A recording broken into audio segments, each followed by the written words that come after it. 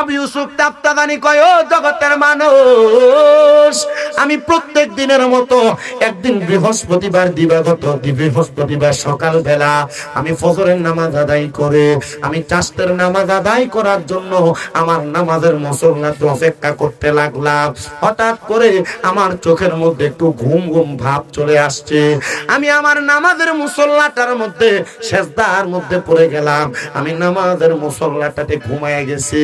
এমন টাইমে আমি দেখতেছি আমার সামনে একজন ব্যক্তি হাজির হয়ে গেছে, যেই ব্যক্তিটার নাভি থেকে মাথার তালু পর্যন্ত বড় সুন্দর, কিন্তু নাভি থেকে পায়ের পাতা পর্যন্ত আগুন ধাউ ধাউ করে জ্বলে।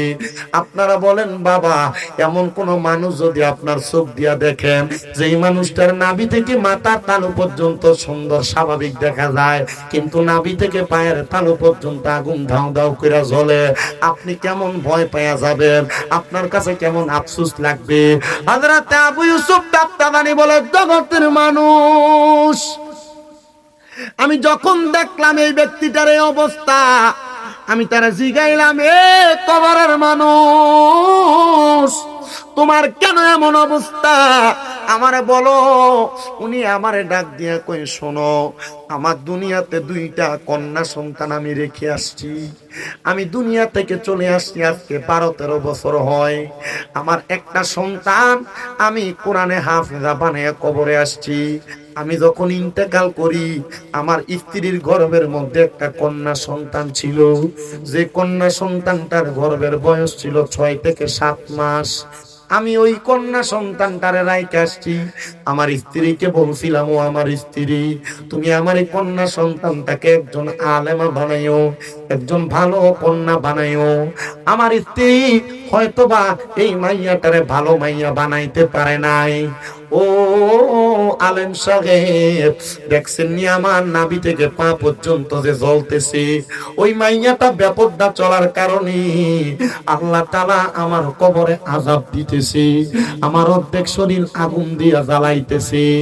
এ বাবা, আপনি আপনার সন্তানকে এমন একটা সন্তান বানিয়ে যাবেন যে সন্তানের কারণে আপনি কবরে আরামে থাকবেন। আপনি আপনার সন্তানকে এমন বানাইয়েন না যে সন্তান অপকর্ম করবে আর আল্লাহ আপনার কবরে আগুনে জ্বালাইব। এমন অপকর্ম করার কারণে আপনি কিন্তু দুনিয়াতেও ভালো থাকবেন না, আখিরাতেও ভালো থাকবেন না। আবু ইউসুফ তাফতাদানি বলেন, আমি আবার ঘুম থেকে জাগ্রত হয়ে গেলাম। আমি ওই দিন আর চাষের নামাজ পড়ি নাই, দুহারের নামাজ পড়ি নাই। আমি যখন চাষের আর দুহারের নামাজ পড়লাম না, আমি না পড়ে সোজা বের হয়ে গেলাম, তালাশ করতে লাগলাম কে আসরে এমন কোন মহিলা যার গর্ভের মধ্যে একটা সন্তান রাইখা আর একটা সন্তানরে কোরআনে হাফেজা বানাইয়া তার স্বামী মারা গেছে। এলাকাতে এমন কোন মহিলার খবর নাই। ওই তাফতাদানি রাহমাতুল্লাহ আলাইহি বলেন, আমি আমার এলাকার একবারে পূর্ব দিকে নদীর কিনারায় গেলাম, সব ঘর তালাশ করলাম, কোন ঘরের মধ্যে আমি এমন মানুষ পাইলাম না। একটা ঘর দেখলাম, যে ঘরের ভিতর থেকে লক করা, তালা মাইরা আটকে দেওয়া। আমি ওই ঘরের সামনে যায়া সালাম দিলাম, আসসালামু আলাইকুম ওয়া রাহমাতুল্লাহ। আবার সালাম দিলাম, আসসালামু আলাইকুম ওয়া রাহমাতুল্লাহ। দুইবার সালাম দিলাম, কোনো জবাব দেয় না। আমি তৃতীয়বার আবার সালাম দিলাম, আসসালামু আলাইকুম ওয়া রাহমাতুল্লাহ। আমার কোনো জবাব দেয় না। হে মুসলমান, একটা হাদিসে মুবারাকার সুন্নতের আমল শিখেন। আল্লাহর নবী শিখিয়ে দেয়, কোন মানুষের ঘরের দরজার মধ্যে যখন তোমরা যাইবা, ওই মানুষের ঘরের দরজার মধ্যে 3 বার সালাম দিবা। 3 বার সালাম দেওয়ার কারণে আমার আল্লাহ তাআলা ওই ঘরের দরজার মধ্যে রহমত নাজিল করবে। আর যদি সালামের জবাব না পাও, তাহলে তোমরা ওই ঘরে প্রবেশ করবা না। তবে স্বামী স্ত্রীর ঘরে, স্ত্রী স্বামীর ঘরে প্রবেশের ব্যাপারে নিষেধাজ্ঞা আছে। তোমরা যদি তোমাদের স্ত্রীর ঘরে প্রবেশ করো, একবার সালাম দিয়ে ডাইরেক্ট ঢুকে যাইবা। তবে মা বাবার ঘরে সন্তানও যদি প্রবেশ করে, সন্তান যেন সালামের জবাব না পাইলে ঘরে না ঢুকে। ও বন্ধু, আমাদের খাসিয়ত এখন বদ আমলের খাসিয়ত। আমরা সুন্নতের আমল থেকে আমরা বড় দূরে, কিন্তু আমরা সুন্নি দাবি করি, এটা কিন্তু সত্য। আমরা সুন্নতের আমল করা লাগবে। আমরা এমনি এমনি সুন্নি দাবি করলে চলবে না, সুন্নতের আমল করার দরকার আছে না? না কষ্ট দিতে আপনারা দেই কালকে আমার বিরোধিতা করুক সে বাতিল ফেরকারা, যে ওয়াজ করে বিরোধিতা করার সুযোগ আছে?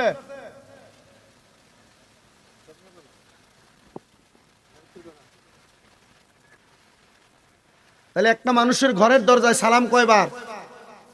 জবাব না দিলে কি ঘরে ঢুকে যাবেন? কি করবেন? ওই দাঁড়ায় থাকবো, ব্যাগ জাগাত যাও। তবে স্ত্রীর ঘরে ঢুকার সময় সালাম দেওয়া লাগবে, একবার সালাম দিয়া প্রবেশ করবেন।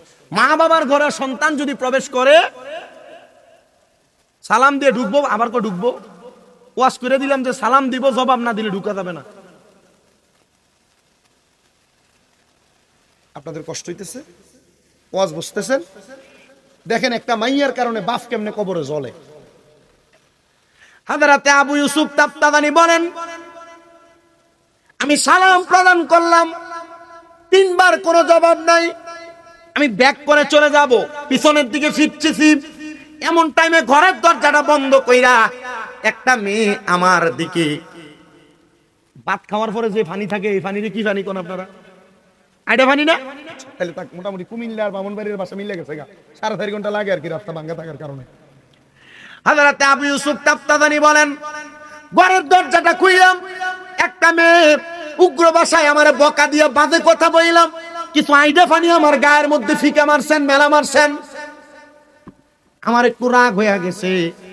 আমি আবার তাকায় দেখলাম মেয়েটা খুব রাগান্বিত, চোখগুলা ফুলে আছে। আমার দিকে যখন এমন ভাবে পানি নিক্ষেপ করে, আমি ঘর থেকে আরো দূরে চলে গেলাম। এমন টাইমে আমার সম্মুখে আরেকটা মেয়ে বের হয়ে আসছে, প্রাপ্তবয়স্ক। মেয়েটা এসে ডাক দিয়ে কই, ওয়া আলাইকুমুস সালাম ওয়া রাহমাতুল্লাহি ওয়া বারাকাতুহু। হুজুর রাগ করবেন না গো, আপনি মনে কষ্ট নেবেন না, আমার বোনটা একটু উগ্র মেজাজ স্বভাবের। এই পর্দার অন্তরালের মা, আপনারা যারা বেপরদা চলেন, আপনারা যারা উগ্র মেজাজের, আপনারা যারা খারাপ ব্যবহার করেন, আপনারা যারা এই বাড়িতে ঝগড়া করলে আপনার ঝগড়ার আওয়াজ অন্য 2-3 বাড়ি শোনা যায়, মনে রাখেন আপনার এমন বেপরদা বেহায়াপনা উগ্রবাদিতার কারণে আপনার বাপ ভাইয়েরা কবরের আযাবের শিকার হবে। কোন মহিলা যদি বেপরদা চলে, কোন মহিলা যদি উগ্রবাদিতা প্রকাশ করে, কোন গুনার কাজ করে, কোন মহিলা যদি বদ খাসিয়ত বদ আচরণ করে, ওই মহিলার কারণে তার বাপ ভাই সন্তান স্বামী 4 জন মানুষ দুজকের আগুনে জ্বলবে। কয়জন মানুষ? এজন্য আপনি আইতে কইছেন না আমারে, শামীম রেদা কোন সময় বেরিয়ে কইছে আমার ওয়াজ বেড আইতে থেকে বেরিয়েই বেশি মনে বুঝছেন আপনারা? আমার বেরিয়েই বেশি মোহাব্বত করে। আমার মাদ্রাসার ছাত্ররা লাগে মাঝে মাঝে বহুত বেরিয়ে তারা ফোন করে করে হাদিয়া ফাড়া, বহুত বেরিয়ে আমার টোহায় ইয়া না পাইলে আমি মাহফিলে থাকলে চাউলের বস্তা মাদ্রাসায় দিয়ে দেয়। মারহাবা কর। আজকের ওয়াজে মা বাপের মা বোনদের হেদায়েতের দরকার আছে না? আল্লাহ কবুল করে। আজকে এই হুব্বে রাসূল সাল্লাল্লাহু আলাইহি ওয়াসাল্লাম হুসাইনিয়া সুন্নি যুব সংগঠন, রামপুর প্রবাসী কল্যাণ সংগঠনের মাহফিল সফল যদি আমার এই কথাগুলোর উপর আপনারা আমল করেন। মেয়েটা ডাক দিয়ে বলে, হুজুর আমার বোনটা একটু উগ্র স্বভাবের। হুজুর কোন জবাব না দিয়ে বলে, হ্যাঁ এই মাইয়াটার কারণে তোমার আব্বা কবরে জ্বলতেছে। হুজুর কি বলছেন? এই মেয়েটার কারণে তোমার আব্বা কবরে জ্বলতেছে। মাইয়াটা হাত থেকে আইডা পানির যে বালতিটা, আইডা পানির যে পাত্রটা ফেলে দিল। আলহামদুলিল্লাহি রাব্বিল আলামিন খালিকিস সামাওয়াতি ওয়াল আরদি আসসালাতু ওয়াসসালামু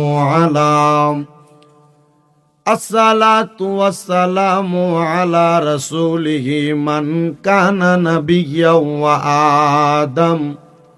ওয়া আদামু বাইনাল মাই ওয়াত-তিন সাইয়্যিদানা ওয়া নাবিয়্যানা ওয়া শাফিয়ানা ওয়া হাবিবানা ওয়া মাওলানা মুহাম্মাদান আবদুহু ওয়া রাসূলুহু। হে আমার এই বিবারিয়া জেলার অন্তর্গত বিজয়নগর থানাধীন রামপুর সরকারি প্রাথমিক বিদ্যালয় মাঠ প্রাঙ্গণে হুব্বে রাসূল সাল্লাল্লাহু আলাইহি ওয়াসাল্লাম হুসাইনিয়া সুন্নি যুব সংগঠনের উদ্যোগে রামপুর প্রবাসী কল্যাণ সংগঠনের উদ্যোগে 21তম ঐতিহাসিক সুন্নি মুঘা সম্মেলন সাজায়া আজকের জান্নাতের বাগান মাহফিলে যারা যারা বসে গেলেন আমার ভাই বাবারা বন্ধুরা, আপনারা কেউ জবান বন্ধ রাখবেন না। জবানটা ছেড়ে দিয়ে মুহাব্বতের আওয়াজে বলেন, জবানের মালিক কি? আমি জানতে চাই আমার রামপুরের ভাই বাবারা, জবানের মালিক আমার আল্লাহ। আল্লাহর দেওয়া জবান দিয়া আমার আল্লাহরে ডাক দিলে লাভ আছে না নাই? আল্লাহ কয় বান্দা, ওয়াশকুরু নি'মাতাল্লাহি আলাইহিম ইন কুনতুম ইয়াহু তা'বুদুন। আল্লাহ বলে বান্দা, তোমরা আমি আল্লাহর নিয়ামতের শুকরিয়া আদায় করো যদি তোমরা আমার ইবাদত করো। এবার আপনারা বলেন, নামাজ, রোজা, হজ, যাকাত, দান, সদকা, যত রকমের ইবাদত, এই সকল ইবাদত করি আমরা একজনের জন্য, তিনি কে? এখন আল্লাহর নাম দেখবেন আসতে হইছে, সাউন্ডটা ক্লিয়ার করেন, সুন্দর করেন, বাইরে সাউন্ড কমান, কানে সাউন্ড দেন। জবানের মালিক আমার আল্লাহ। আমার আল্লাহ বলে বান্দা, তোমরা দুনিয়ার জমিনের মধ্যে যখন আমি আল্লাহ তাআলার প্রশংসা করো, আমি আল্লাহরে আল্লাহ বইলা ডাক দাও, আমি আল্লাহ তাআলা তোমাদেরকে একটা না দুইটা না 5টা নিয়ামত দান করে। জোরে কন্যা কয়টা? ইয়া রাসূলুল্লাহ, ইয়া হাবিবাল্লাহ, নবী গো আপনি বলেন না আমার আল্লাহ উম্মতে মুহাম্মদিরে কোন 5টা নিয়ামত দান করে?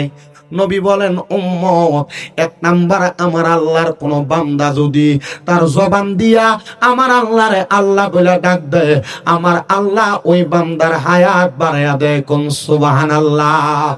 ভাইও আমার গভীর মনোযোগ। 2 নাম্বার, আল্লাহর কোন বান্দা যদি আমার আল্লাহরে আল্লাহ বলে ডাক দেয়, আমার আল্লাহ ওই বান্দা যদি কঠিন কোন মুসিবত বিপদের মধ্যে থাকে, আমার আল্লাহ তাআলা ওই বান্দারে বিপদ থেকে উদ্ধার কইরা দেয়। 3 নাম্বার, ওই বান্দা যদি দুনিয়ার জমিনের মধ্যে থাইকা অভাবের মধ্যে থাকে, আমার আল্লাহ বান্দারে অভাব অনটন দূর কইরা দেয়। 4 নাম্বার, ওই বান্দা দুনিয়ার জমিনের মধ্যে থাইকা বান্দা যদি আমার আল্লাহর কাছে কোন রোগের জন্য মুক্তি কামনা করে, আমার আল্লাহ তাআলা ওই বান্দারে রোগ থেকে মুক্তি দান কইরা দেয়। আর 5 নাম্বার কি জানেননি? আমার আল্লাহ কয় বান্দা, যখন আমি আল্লাহর কোন বান্দা আমি আল্লাহরে আল্লাহ বলে ডাক দেয়, আমি আল্লাহ ওই বান্দার ইন্তেকালের সময় ইমানের সাথে মরণ দান করে। এই জন্য কেউ জবান বন্ধ রাখবেন না। ডান হাত তুলে মুহাব্বতে আমার আল্লাহরে ডাক দিয়া বলেন, আল্লাহ। জিগা হাত তুলে করেন, ইয়া রাসূলুল্লাহ। এবার মুহাব্বতের আওয়াজে করেন, ইয়া বলি আল্লাহ। বাগান আমার আল্লাহরে ডাক দিলে যে এতগুলা নিয়ামত পাওয়া যায়, আসেন ওই আল্লাহ তাআলার খুশির জন্য মুহাব্বতের আওয়াজে আমার আল্লাহ তাআলার কোরআনের তেলাওয়াত করেন আর করেন। ফি শান হাবিবিহি ওয়া মাহবুবিহি ওয়া মা'শুকিহি মুখবিরাও ওয়া আমিরা। ইন্নাল্লাহা ওয়া মালাইকাতাহু ইউসাল্লুনা আলান নাবিয়্যি ইয়া আইয়ুহাল্লাযীনা আমানু সাল্লু আলাইহি ওয়া সাল্লিমু তাসলিমা। আল্লাহুম্মা সাল্লি। মুখ লাগাই লাগে কথা না, পুরো ফিডে ব্যথা শুরু হয়ে গেছে।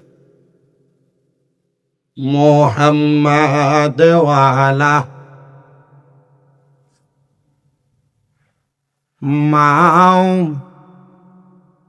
আরেকটু জবান খুলে মুহাব্বতে পড়েন, আল্লাহুম্মা সাল্লি।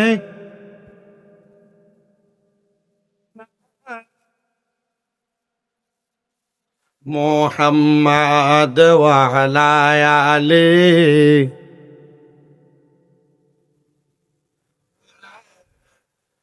দয়াল নবীর ফসিনা মুবারক মেশকের চাইতে আরো সুগ্রান। দয়াল নবীর ফসিনা মুবারক মেশকের চাইতে আরো সুগ্রান।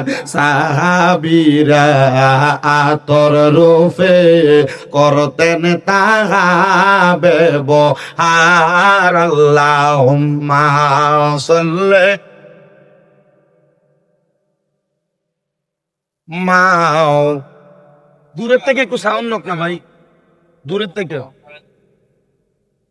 সাইয়্যিদেনা নবীজি আপনার ভালোবাসায় জীবনের গুনাহ জোরে যায়। নবীজি আপনার ভালোবাসায় আবু হযরত ওয়াসে করুনি জুব্বা পায়। আল্লাহুম্মা সাল্লি সাইয়্যিদেনা মাওলানা ওয়ালা আলি সাইয়্যিদিনা মুহাম্মদ। লা ইলাহা লা পড়েন, লা ইলাহা লা ইলাহা। আমরা বড় ভাগ্যবান বলেন নবী আল্লাহর মেহমান বলেন। আমরা বড় ভাগ্যবান, আমরার নবী আল্লাহর মেহমান। আল্লাহ দয়া করে করলেন দান, আল্লাহ দয়া করে করলেন দান। নবী ইমানের ইমান। লা ইলাহা লা জোরে লা ইলাহা। আইরে অনেক দূরে মদিনা, আমরা কেমনে যাব জানি না। বলেন রামপুরের বাবারা, আমরা সবাই মদিনা যাইতে চাই কি চাই না? কারা কারা যাইতে চাই দুইটা হাত আল্লাহরে উঠাইয়া দেখান, আর জোরে একটা তাকবীর হবে। নারায়ে তাকবীর। আব্বা এই আওয়াজ একটু মোহাব্বত নিয়ে আওয়াজ দেন। নারায়ে রিসালাত, নারায়ে গাউসিয়া, আহলে সুন্নাত ওয়াল জামাত। জোরে বলেন মারহাবা। মদিনা যাইতে চাই কি চাই না? তাহলে জবান খুলে মোহাব্বতের আওয়াজে পড়েন, দয়াল আল্লাহ দয়া করেন, দয়া রেন নসিব করেন মদিনা। লা ইলাহা লা ইলাহা লা ইলাহা ইল্লাল্লাহু মুহাম্মাদুর রাসূলুল্লাহ সাল্লাল্লাহু আলাইহি ওয়াসাল্লাম। একটা জবানকেও বন্ধ রাখবেন না। মুহাব্বতের আওয়াজে কলবে ধাক্কা লাগায়া আমার আল্লাহ তাআলার একটু ইসমে জাতের জিকিরে মশগুল হয়ে যান। আল্লাহ আল্লাহ আল্লাহ আল্লাহ আল্লাহ আল্লাহ।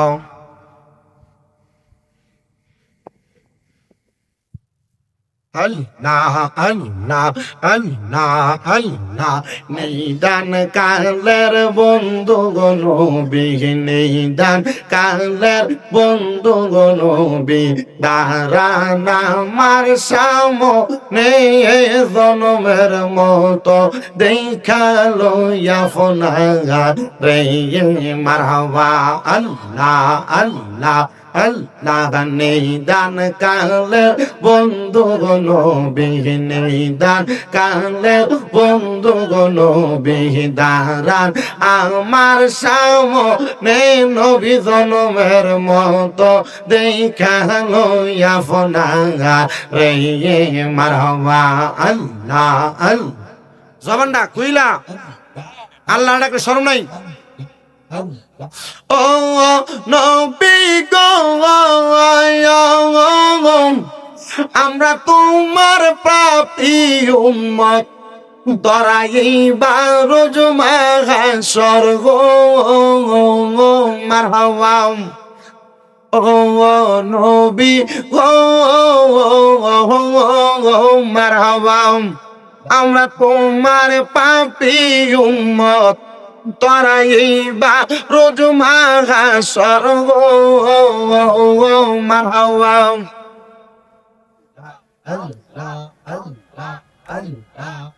তরাইতে দেখা দাও মোরে দয়াল নবী গো, দাঁড়াইলে দেখা লই তাহ মাফনাগা রে মারহাবা। আল্লাহ আল্লাহ আল্লাহ আল্লাহ।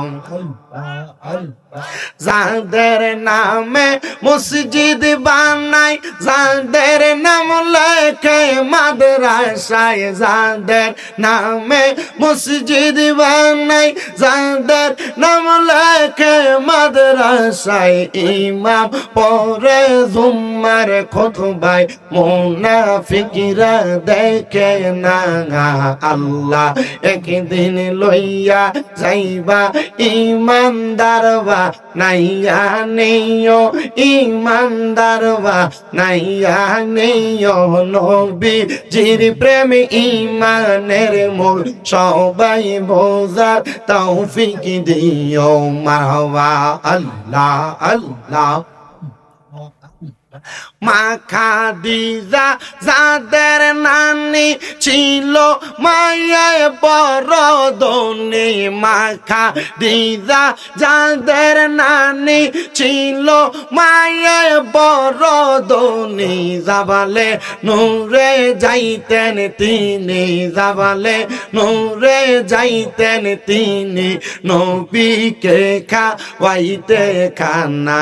আল্লাহ একদিন নিয়া যাইবা ইমানদারবা নাইয়া নেও। নবীজির প্রেম ইমানের মূল, সবাই বোঝার তৌফিক দিও মারহাবা। আল্লাহ আল্লাহ আল্লাহ। মুর্শিদ চান হয় না যে বদনাম মারহাবা। আল্লাহ আল্লাহ। মুর্শিদ চান হয় না যে বদনাম মারহাবা। আল্লাহ রাসূল পাইতে আমরা বায়াত হইলাম, হায়রে আল্লাহ রাসূল পাইতে আমরা বায়াত হইলাম। মুর্শিদ চান হয় না যে বদনাম মারহাবা। আল্লাহ আল্লাহ। তরিকতের আমল করে কত বাই গেল উপরে, আমায় রাইখো শুনো জোরে, আমায় রাইখো শুনো জোরে, আমার কোনো আমল নাই মারহাবা। আল্লাহ আল্লাহ। আল্লাহ রাসূল পাইতে আমি বায়াত হইলাম, হায়রে আল্লাহ রাসূল পাইতে আমি বায়াত হইলাম। মুর্শিদ চান হয় না যে বদনাম মারহাবা। আল্লাহ আল্লাহ। লা ইলাহা ইল্লাল্লাহু মুহাম্মাদুর রাসূলুল্লাহ সাল্লাল্লাহু আলাইহি ওয়াসাল্লাম। আল্লাহুম্মা আমিন আল্লাহুম্মা আমিন। আলহামদুলিল্লাহি রাব্বিল আলামিন। আসসালাতু ওয়াসসালামু আলা রাসূলিহিল কারীম। রব্বানা যালামনা আনফুসানা ওয়া ইন লাম তাগফির লানা ওয়া তারহামনা লানাকুনান্না মিনাল খাসিরিন। মাবুদ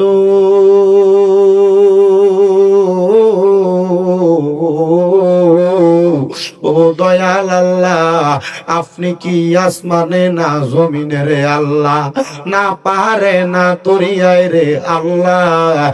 এ গত জীবনে আপনার কত তালাশ করলাম, সন্ধান পাইলাম না আল্লাহ। বহু সন্ধানের পরে এই বিবারিয়া জেলার অন্তর্গত বিজয়নগর থানাধীন রামপুর হুব্বে রাসূল সাল্লাল্লাহু আলাইহি ওয়াসাল্লাম হুসাইনিয়া সুন্নি যুব সংগঠন ও রামপুর প্রবাসী কল্যাণ সংগঠনের উদ্যোগে 21তম বাৎসরিক ঐতিহাসিক সুন্নি মহা সম্মেলন সাজাইয়া এই সরকারি প্রাথমিক বিদ্যালয় মাঠ প্রাঙ্গণে আমার সঙ্গে এলাকার ওলামাই কেরাম, দাড়ি পাকা মুরব্বী বাবারা, যুবক নওজোয়ান ভাইয়েরা, ছোট ছোট মাসুম বাচ্চা, পর্দার অন্তরালের আমার মা বোনেরা, আল্লাহ জীবনের গুনাহগুলা মাপ পাওয়ার আশায় দুইটা হাত বাড়াইছে। আল্লাহ, যার হাতটা তোমার দরবারে মায়া লাগে, পছন্দ হয়, ওই হাতের উসিলায় আমরা প্রত্যেকের জীবনের গুনাহ মাফ কইরা দাও। এরে আমার এই রামপুর এবং আশেপাশে এলাকার ভাই বাবারা, কিরে ভাই, মাইকের আওয়াজ তোমাদের কানে যায়নি রে ভাই, মুনাজাত হইতেছে রে ভাই, আমার আল্লাহর দরবারে আমিন আমিন কইরা দুইটা হাত বাড়াইয়া দাও। আর কতকাল দুনিয়ার রং তামাশা আড্ডাবাজির মধ্যে সময় কাটাইবা, আজকের মুনাজাতের মধ্যে যদি হাত বাড়াইয়া দিয়া আমার আল্লাহরে আল্লাহ বইলা ডাক দিয়া জীবনের গুনাহগুলা ক্ষমা করাইতে পারো, আমরার বিশ্বাস আছে রে আমার আল্লাহ একটা হাতও খালি ফিরাইয়া দিবে না। এরে আমার রামপুর এবং আশেপাশে এলাকার মা বোনেরা গো, কি গো মা, মাইকের আওয়াজ তোমাদের কানে যায়নি গো মা, মুনাজাত হইতেছে গো মা, জানি না গো কার জন্য জানি আজকের মুনাজাত জীবনের শেষ মুনাজাত করে হাত বাড়াইছে। মারা গো,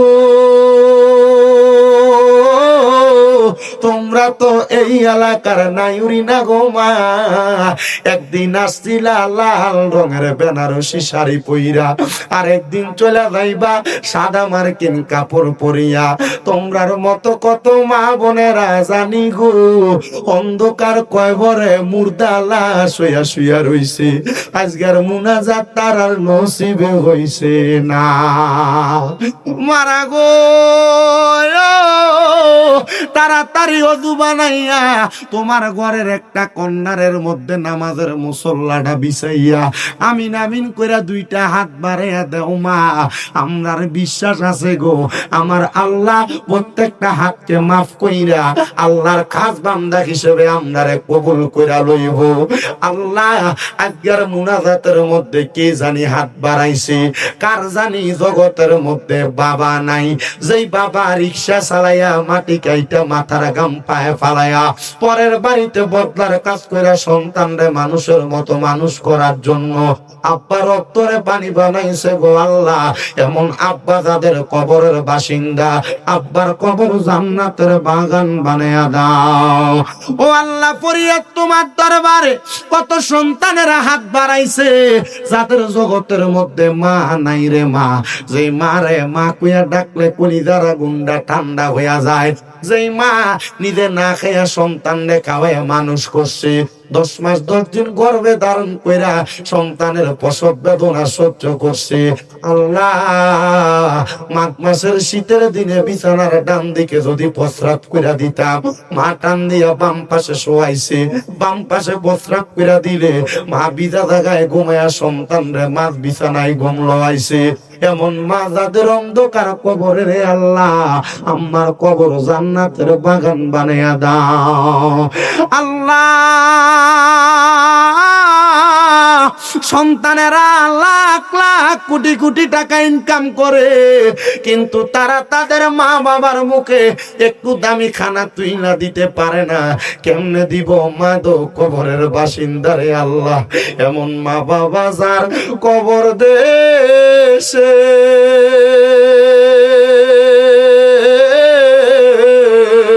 আল্লাহ রাইখো তোমার মায়ার নজরে, সেই মা বাবার কবরেতে আযাব তুমি দিও না, দুঃখের দরদি আমার জনম দুঃখী মা। আল্লাহ মায়ার নজর করে তাকে দেখো গো, তোমার আদরের বান্দারা তাদের মার জন্য বাবার জন্য চোখের পানি পালায়া পালায়া মুনাজাতের মধ্যে হাত বাড়ায়।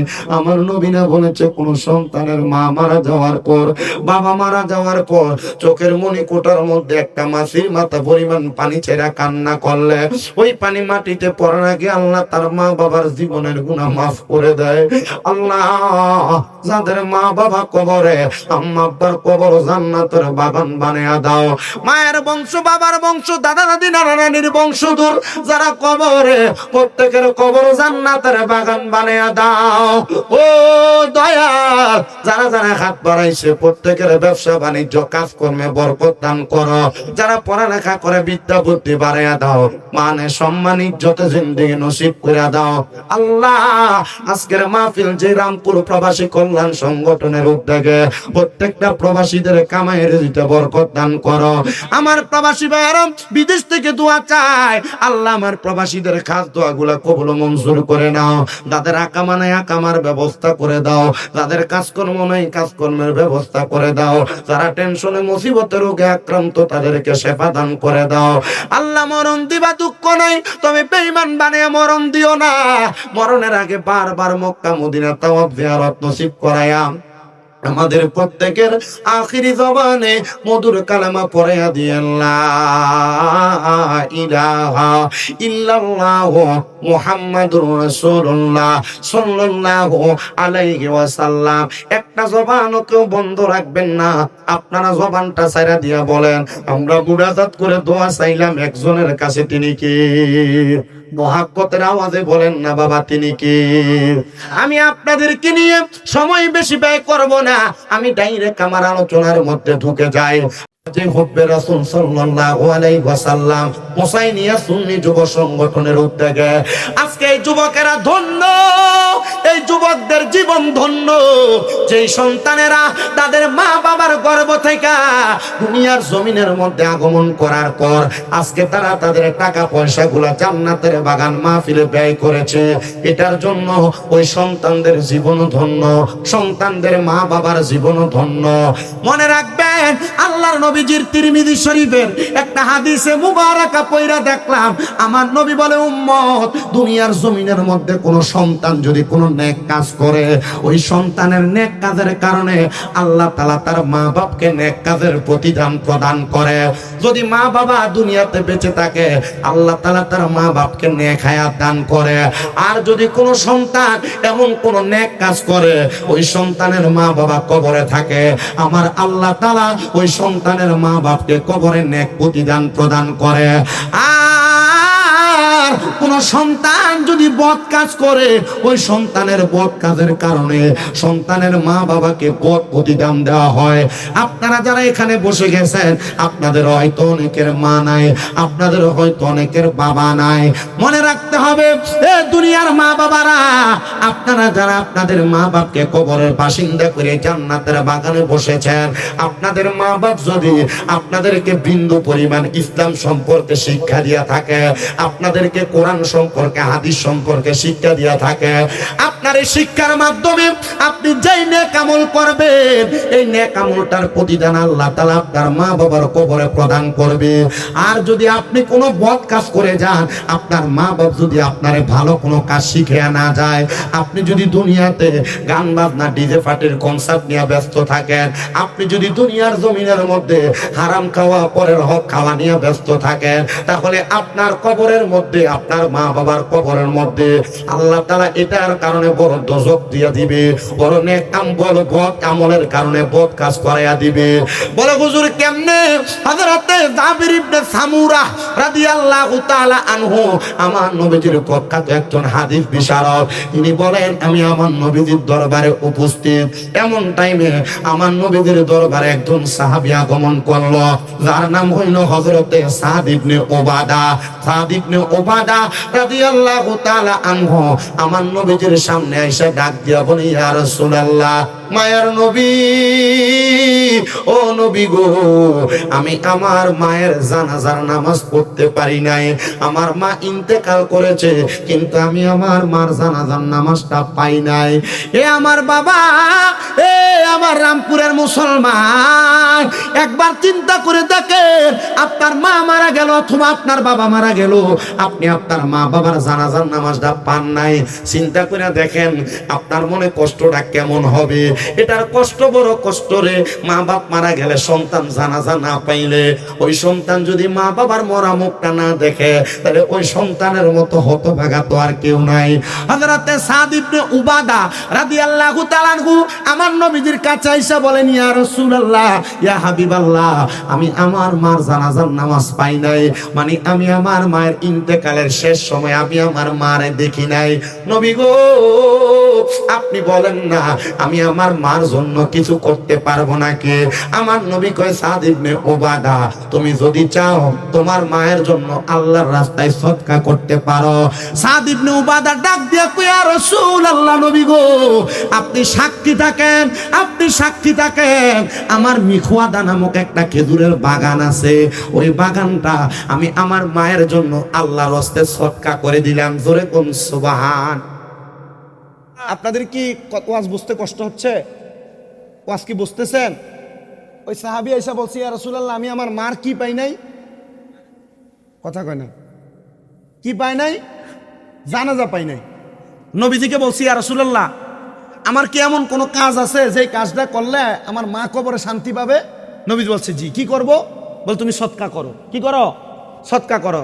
সাদ ইবনে উবাদা বলি, ইয়া রাসূলুল্লাহ, আপনি সাক্ষী থাকেন, আমি আপনাকে সাক্ষী রেখে আমার মিখওয়াদা নামক একটা খেজুরের বাগান আছে, এই বাগানটা আমি সদকা করে দিলাম। সুবহানাল্লাহ, জোরে কোন না। আমার নবী ডাক দিয়া কয়, এ সাদ ইবনে উবাদা, তুমিও সাক্ষী থাকো।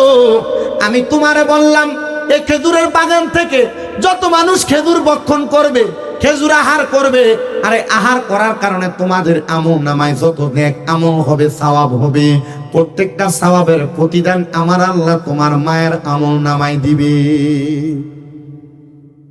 আম্মা জান আয়েশা সিদ্দিকা থেকে আরেকটা হাদিস বর্ণিত। মা আয়েশা সিদ্দিকা বলেন, আমি আমার নবীকে নিয়ে উস্তুনে আয়েশার নিচে বসা। কোথায়? উস্তুনে আয়েশার নিচে বসাম। উস্তুনে আয়েশা কোথায়? আমরা সবাই জানি আমার নবীজি একটা খেজুর গাছে ধরে ধরে খুতবা দিতেন, যে গাছের নাম হলো উস্তুনে হান্নানা। এই গাছটা ছাড়া আরো দুইটা গাছের নিচে আমার নবী বসতেন, যেটা উস্তুনে হান্নানার পাশে একটা গাছের নাম হলো উস্তুনে আহাদা। আমার নবীর দরবারে দূর দূরান্ত থেকে কোনো মানুষ আসলে আমার নবী উস্তুনে আহাদার নিচে বসে বসে আমার নবী তাদের সাথে কথা বলতেন। আর আমার নবীজি গভীর রজনীতে নবীজির স্ত্রী আম্মা জান আয়েশা সিদ্দিকার সঙ্গে যখন তিনি কথা বলতেন আর মধুর আলাপন করতেন, আমার নবীজি উস্তুনে আয়েশার নিচে বসে বসে আলাপ করতেন। জোরে কন্যা সুবহানাল্লাহ। মা আয়েশা সিদ্দিকা রাদিয়াল্লাহু তাআলা আনহা বলেন, এ দুনিয়ার মানুষ, আমি উস্তুনে আয়েশার নিচে আমার নবীজির সঙ্গে বসা, এমন টাইমে একটা মহিলা আগমন করলো, যে সদ্য ইহুদি থেকে মুসলমান হয়েছে। সদ্য ইহুদি থেকে মুসলমান হওয়া ওই মহিলাটা আমার নবীর কাছে এসে বলে, ইয়া রাসূলুল্লাহ, নবীজি, ও মায়ের নবী, আপনার কাছে আমার একটা কথা। আমার নবী বলে, ও মহিলা, তুমি বলো, তুমি কি বলবা? ডাক দিয়ে কই, ইয়া রাসূলুল্লাহ, আমার আম্মা জান ইন্তেকাল করেছেন মাত্র 4 দিন হয়। নবী গো, আমার মা ইন্তেকাল করার সময় তার জবানটা বোবার মতো হয়ে গেছে। অনেক মানুষ মারা যায়, দেখবেন মারা যাওয়ার সময় জবান বন্ধ হয়ে যায়, যায় না এমন? ওই মহিলা ডাক দিয়ে কই, হাবিব, মেলা মেরে ফালাই দিব বেটা।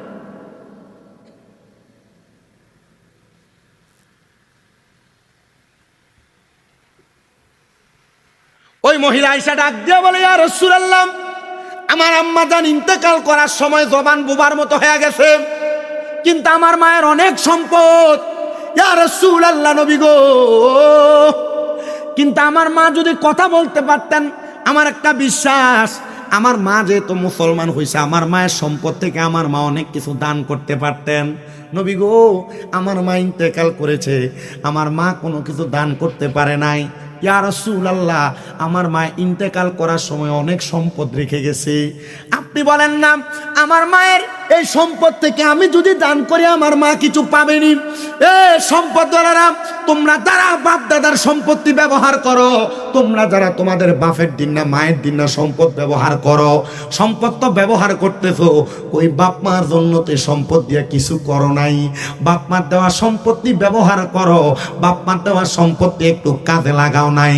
আমি আপনারা সহ এই সোশ্যাল মিডিয়ার মাধ্যমে যে প্রবাসীরা দেখতেছে, যে বিদেশিরা দেখতেছে, দেশ বিদেশের প্রান্তের যত মানুষ দেখে, আমি সবার কাছে বলবো, এ দুনিয়ার জনগণ, তোমাদের মা বাবা ইন্তেকাল করে গেছে, তোমরা মনে করো না তোমাদের মা বাবার প্রতি তোমাদের দায়িত্ব শেষ হয়ে গেছে।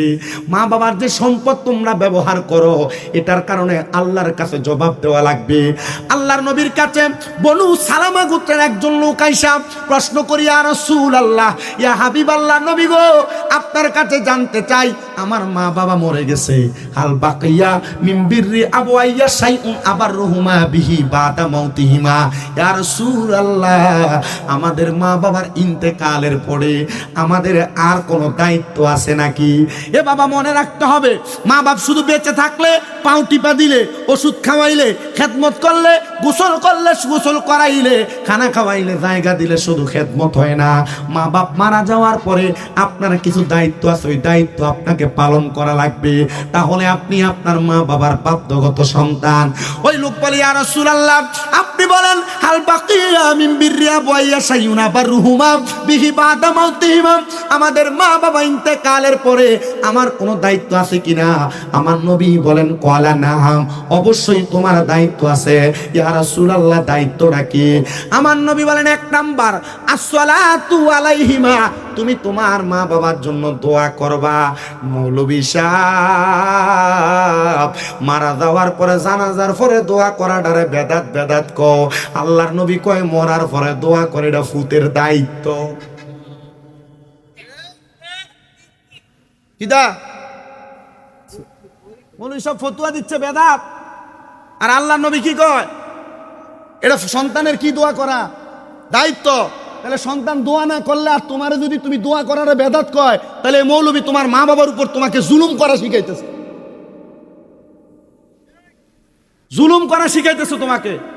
আল্লাহ নবীর হাদিসে মুবারাকা মিশকাতুল মাসাবি 121 নম্বর পৃষ্ঠা হাদিসে মুবারাকা নবী আমার বলেন, ইদা সাল্লাইতুম আলাল মাইয়িতি ফাখলিসু লাহু দুআ, যখন তোমরা মৃত ব্যক্তিদের জন্য নামাজ আদায় করবা, ফাখলিসু লাহু দুআ, অতঃপর তার জন্য দোয়া করবা। আমরা দোয়া করলে বেদাত, নবী কইছে দোয়া করতে। এ মৌলভী সাহেব, আপনি যে আমাদেরকে বেদাতি বলেন, আপনি আমারে বলেন না দোয়া কইরো না, নবী কোথায় বলছে? লাশ লিয়ে দূর মারে, বেদাত বেদাত কে চিল্লা আছে না? এমন বিরোধিতা করবেন, মারামারি করবেন, কাটাকাটি করবেন, লাশের খাটটা তেমনি এমনি মুসা দিয়ে ধরবেন। আমার মা, আমি দোয়া করমু, তুই ফতুয়া দেওয়ার কেডা? আমার বাপ, আমি দোয়া করমু, তুই ফতুয়া দেওয়ার কে? মুসলমান জাতিদেরকে দোয়া, মিলাদ, কিয়াম এগুলা বেদাত বলে বলে মুসলিম জাতিকে গুমরাহ করতেছে। এরা বাতিল, এরা মুনাফিক, এরা বেঈমান, কোরআন সুন্নাহর চোর কথা বলেন না, ঠিক না বেঠে? ওই কো ফোঙ্গা বলে। গতকালকে দেখলাম আমাদের সুন্নি একজন আলেম মাওলানা রায়হান জালালি, সে কিয়াম করতেছে, তার সামনে থেকে মাইক টান দিয়া নাই। আমি চিন্তা করছি, ফকিন্নির ফলে আমার সামনে থেকে মাইকটা ধরতে সাফা দাত্রা ফালাই দিত। আমার কথা হলো, তোমার ভালো লাগলে কিয়াম করবা। আমরা কি কিয়ামরে ফরজ বলি? আমরা কি কিয়ামরে ওয়াজিব বলি? আমরা কিয়ামরে সুন্নত বলি? আমরা মুস্তাহসান, মুস্তাহাব ইবাদত মনে করি। আমরা নবীরে দাঁড়িয়ে সালাম দিয়ে আমাদের কাছে শান্তি লাগে, ভালো লাগে না? বসে থাকেন, আমার ভালো লাগে, আমি নবীরে সালাম দিব। তোর বাপের কি আব্বা?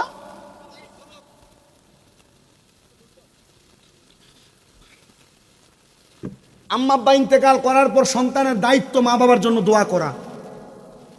আপনাদের দোয়ায় আমার 6টা মাদ্রাসা কুমিল্লায়। কয়টা? আসতে কয় কয়টা? তোমরা সুন্নিরা তো মৌলভী সাহেবরা তোমরা থেকে বান্ডেলে বান্ডে টেহা লেওয়া যায়, আর আমরা টেহা দিতে হিসাব করো, আমার টেহা দিও, আমি টেহা দিয়ে মাদ্রাসা বানাবো। কথা কয় না কেন? সুন্নি মাদ্রাসার অভাব বিদায় সুন্নি বহু মাজার ভাঙ্গে রয়েছে 5 আগস্টের পরে। ভাঙে নাই মাজারগুলো? আপনি পারেন না কিছু করতে, কেন জানেন? কারণ মাজারের খাদেমরা মুড়িদান্ডার ফকেটের টেহাড়ি নিয়ে নিয়ে তার ফকেটটা ভারী করছে, দামি দামি খানা খাইছে, 12 বিল্ডিং বানাইছে, আর মাজারটি ভাঙছে। কথা কন না কেন? এই মিয়া, ওই মাজারে টাকা দিবেন যে মাজারের সাথে মাদ্রাসার এতিমখানা আছে, যে মাজারের সাথে কোনো মাদ্রাসা এতিমখানা নাই, মাজারে কোনো টেহা নাই। কথা কন না কেন? মাজারের খাদেমরা যদি টেহা খাইয়া যদি গলা মোটা না করতো, পকেট বাড়ি না করতো, একটা মাজারের লোকে যদি বড় একটা মাদ্রাসা করতো, মাদ্রাসা যদি 200 গোলা ভাইন থাকতো, লাড়ি লয়ে যদি যে ফকিন্নির ফুলারা মাজার ভাঙতে গেছে এটা দর্নি দিতে তাদের কোনো খবর থাকতো না। কথা বলেন না ঠিক না?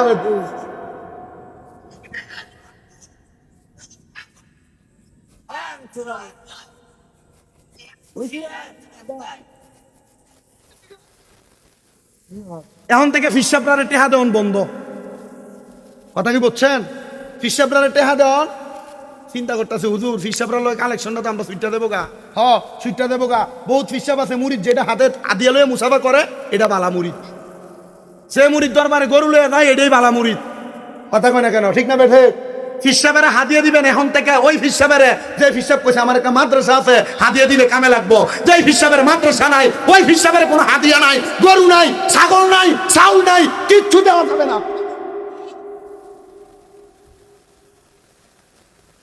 কথা কি বুঝতেছেন আপনারা? আমাদের সুন্নিদের টোড়া চিপা ধরতেছে, কারণ আমাদের দোষ। আপনার নাম দিছেন উরুস মুবারক, ওইটাছে বেড়ি দিয়া গান। কই পাইছো তুই শয়তানি? সুন্নিয়তকে কলঙ্ক করার জন্য তোরে কে দায়িত্ব দিয়েছে? আহলে সুন্নাত ওয়াল জামাতের গর্দান ভেঙে দিচ্ছে, মাজা ভেঙে দিচ্ছে। নাম দিলেন উরুস মুবারক, লাগাইলেন বেড়ি দিয়া গান। কথা কন না কেন? আপনার গায়ে লাগতেছে। অনেকে চিন্তা করে হুজুর আমরা ফিসাব তো এইটাই করে। এ ফিসাব তালাক দেবে না, যেই ফির উরুসের নাম দিয়ে বেড়ি দিয়ে গান করে, এটা ফিসাব না, এটা ফেসাব। হক্কানি পীর কখনো উরুসের নাম দিয়ে বেড়ি দিয়ে গান করবে না। আপনাদের কষ্ট হইতেছে? অনেকের কষ্ট হইতেছে। কালকে সকালে সাধুয়ানে বয়ে কইব ও আর সপ্তাহই ঠিক আসলো, শুধু বেতাইল্লা কয়টা কথা কয়ে গেছে। ইটা মনে শুননি না, এটা মনে হলদি, মনে হয় হলদি। আমি হলদি না বেটা, আমার রক্তের গিরায় গিরায়, রক্তের শিরায় শিরায় আমার সুন্নি।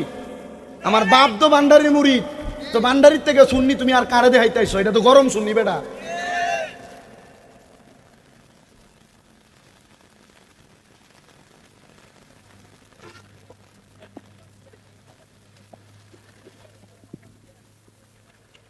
বুঝছে না? হ্যাঁ বদলাম কইবেন, বেরিয়ে দেখিয়ে গান। ঠিক আছে, মার হাবা কন, আল্লাহ কবুল করুক। কনে আমি মা বাপ মারা যাওয়ার পর দোয়া করে সন্তানের কি?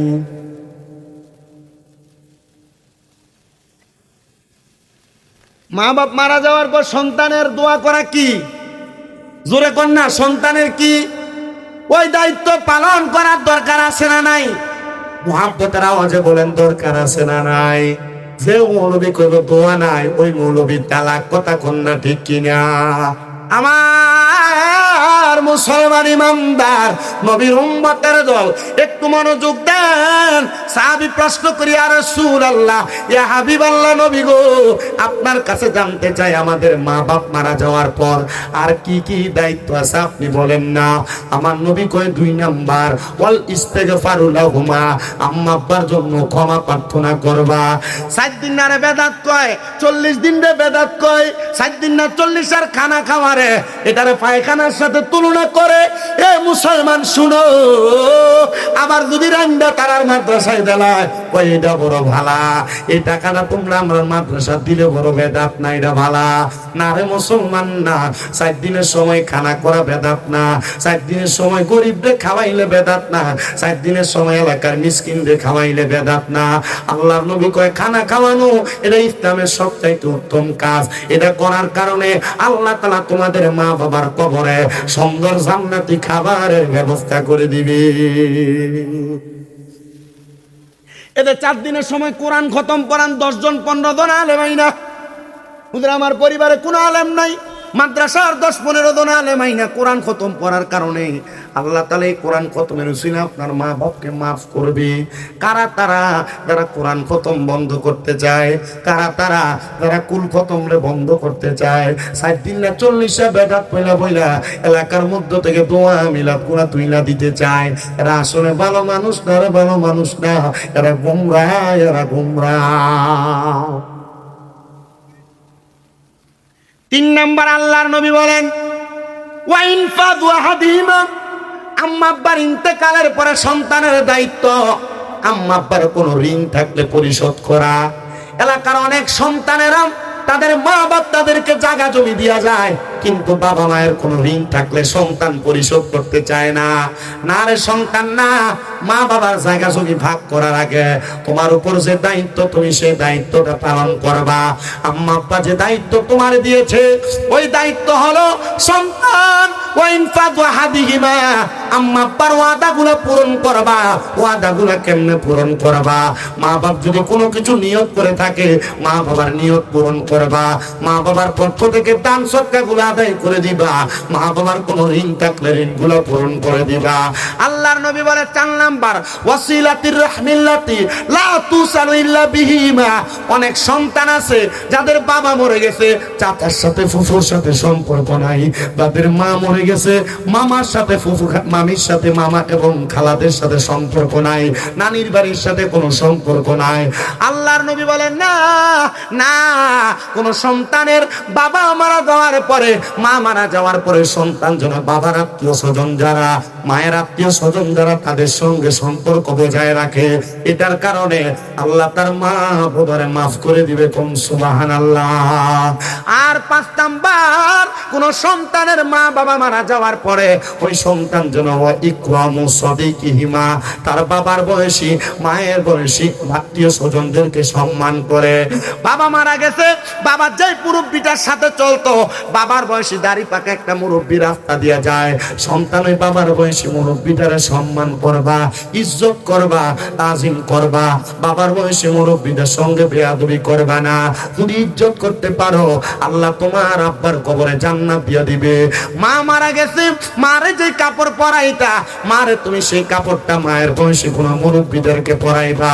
এটার কারণে আল্লাহ তাআলা তোমাদেরকে অসংখ্য নিয়ামত প্রদান করবে।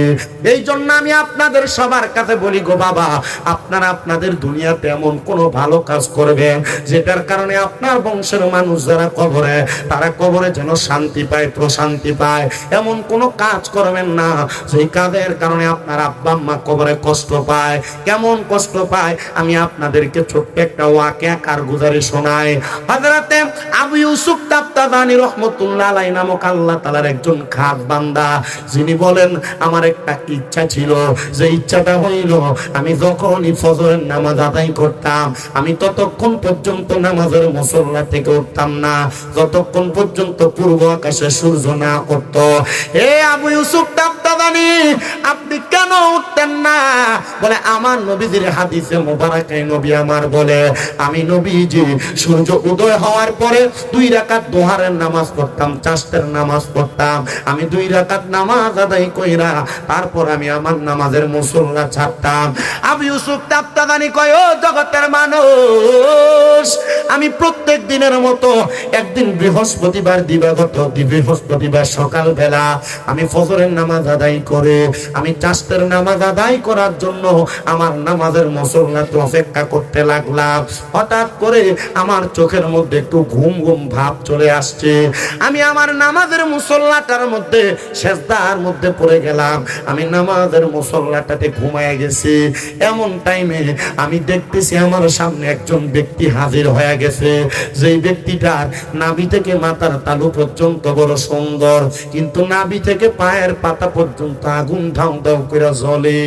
আপনারা বলেন বাবা, এমন কোন মানুষ যদি আপনার চোখ দিয়া দেখেন যেই মানুষটার নাভি থেকে মাথার তালু পর্যন্ত সুন্দর স্বাভাবিক দেখা যায়, কিন্তু নাভি থেকে পায়ের তালু পর্যন্ত আগুন ধাউ ধাউ করে জ্বলে, আপনি কেমন ভয় পাওয়া যাবেন? আপনার কাছে কেমন আফসোস লাগবে? হযরত আবু ইউসুফ তাফতাজানি বলে জগতের মানুষ, আমি যখন দেখলাম এই ব্যক্তিটার এই অবস্থা, আমি তারা জিগাইলাম এ কবরের মানুষ তোমার কেন এমন অবস্থা? আমারে বলো। উনি আমারে ডাক দিয়া কই, শোনো, আমার দুনিয়াতে 2টা কন্যা সন্তান আমি রেখে আসছি। আমি দুনিয়া থেকে চলে আসছি আজকে 12-13 বছর হয়। আমার একটা সন্তান আমি কোরআনে হাফেজা বানিয়ে কবরে আসছি। আমি যখন ইন্তেকাল করি, আমার স্ত্রীর গর্ভের মধ্যে একটা কন্যা সন্তান ছিল। যে কন্যা সন্তানটার গর্ভের বয়স ছিল 6 থেকে 7 মাস। আমি ওই কন্যা সন্তানটারে রাইখে আসছি। আমার স্ত্রীকে বলছিলাম, ও আমার স্ত্রী, তুমি আমার এই কন্যা সন্তানটাকে একজন আলেমা বানাইও, একজন ভালো কন্যা বানাইও। আমার স্ত্রী হয়তোবা এই মাইয়াটারে ভালো মাইয়া বানাইতে পারে নাই। ও আলেম সাহেব, দেখছেন নি আমার নাভি থেকে পা পর্যন্ত যে জ্বলতেছে, ওই মাইয়াটা বেপরদা চলার কারণে আল্লাহ তাআলা আমার কবরে আযাব দিতেছে, আমার অর্ধেক শরীর আগুন দিয়া জ্বালাইতেছে। এ বাবা, আপনি আপনার সন্তানকে এমন একটা সন্তান বানিয়ে যাবেন যে সন্তানের কারণে আপনি কবরে আরামে থাকবেন। আপনি আপনার সন্তানকে এমন বানাইয়েন না যে সন্তান অপকর্ম করবে আর আল্লাহ আপনার কবরে আগুনে জ্বালাইব। এমন অপকর্ম করার কারণে আপনি কিন্তু দুনিয়াতেও ভালো থাকবেন না, আখিরাতেও ভালো থাকবেন না।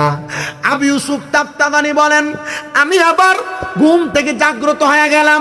আমি ওই দিন আর চাষতের নামাজ পড়ি নাই, দুহারের নামাজ পড়ি নাই। আমি যখন তাসবিহ আর দোহারের নামাজ পড়লাম না, আমি না পড়ে সোজা বের হয়ে গেলাম, তালাশ করতে লাগলাম কে আসরে এমন কোন মহিলা যার গর্ভের মধ্যে একটা সন্তান রাইখা আর একটা সন্তানরে কোরআনে হাফেজা বানাইয়া তার স্বামী মারা গেছে। এলাকাতে এমন কোন মহিলার খবর নাই। ওই তাফতাদানি রহমতুল্লাহ আলাইহি বলেন, আমি আমার এলাকার একবারে পূর্ব দিকে নদীর কিনারায় গেলাম, সব ঘর তালাশ করলাম, কোন ঘরের মধ্যে আমি এমন মানুষ পাইলাম না। একটা ঘর দেখলাম যে ঘরের ভিতর থেকে লক করা, তালা মাইরা আটকে দেওয়া। আমি ওই ঘরের সামনে যায়া সালাম দিলাম, আসসালামু আলাইকুম ওয়া রাহমাতুল্লাহ। আবার সালাম দিলাম, আসসালামু আলাইকুম ওয়া রাহমাতুল্লাহ। 2 বার সালাম দিলাম, কোনো জবাব দেয় না। আমি 3য়বার আবার সালাম দিলাম, আসসালামু আলাইকুম ওয়া রাহমাতুল্লাহ। আমার কোনো জবাব দেয় না। হে মুসলমান, একটা হাদিসে মুবারাকার সুন্নতের আমল শিখেন। আল্লাহর নবী শিখিয়ে দেয়, কোন মানুষের ঘরের দরজার মধ্যে যখন তোমরা যাইবা, ওই মানুষের ঘরের দরজার মধ্যে 3 বার সালাম দিবা। 3 বার সালাম দেওয়ার কারণে আমার আল্লাহ তাআলা ওই ঘরের দরজার মধ্যে রহমত নাজিল করবে। আর যদি সালামের জবাব না পাও, তাহলে তোমরা ওই ঘরে প্রবেশ করবা না। তবে স্বামী স্ত্রীর ঘরে, স্ত্রী স্বামীর ঘরে প্রবেশের ব্যাপারে নিষেধাজ্ঞা আছে। তোমরা যদি তোমাদের স্ত্রীর ঘরে প্রবেশ করো, একবার সালাম দিয়ে ডাইরেক্ট ঢুকে যাইবা। তবে মা বাবার ঘরে সন্তানও যদি প্রবেশ করে, সন্তান যেন সালামের জবাব না পাইলে ঘরে না ঢুকে। ও বন্ধু, আমাদের খাসিয়ত এখন বদ আমলের খাসিয়ত। আমরা সুন্নতের আমল থেকে আমরা বড় দূরে, কিন্তু আমরা সুন্নি দাবি করি, এটা কিন্তু সত্য। আমরা সুন্নতের আমল করা লাগবে। আমরা এমনি এমনি সুন্নি দাবি করলে চলবে না, সুন্নতের আমল করার দরকার আছে না। না কষ্ট দিতে আপনারা দেই, কালকে আমার বিরোধিতা করছে বাতিল ফেরকারা, যে ওয়াজ করে বিরোধিতা করার সুযোগ আছে?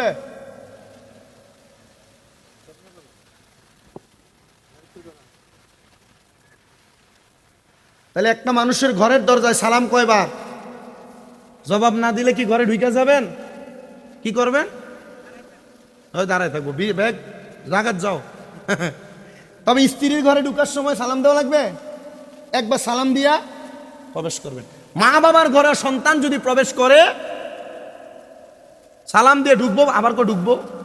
ওয়াজ করে দিলাম যে সালাম দিব, জবাব না দিলে ঢুকা যাবে না। আপনাদের কষ্ট হইতেছে? ওয়াজ বুঝতেছেন? দেখেন একটা মাইয়ার কারণে বাপ কেমনে কবরে জ্বলে।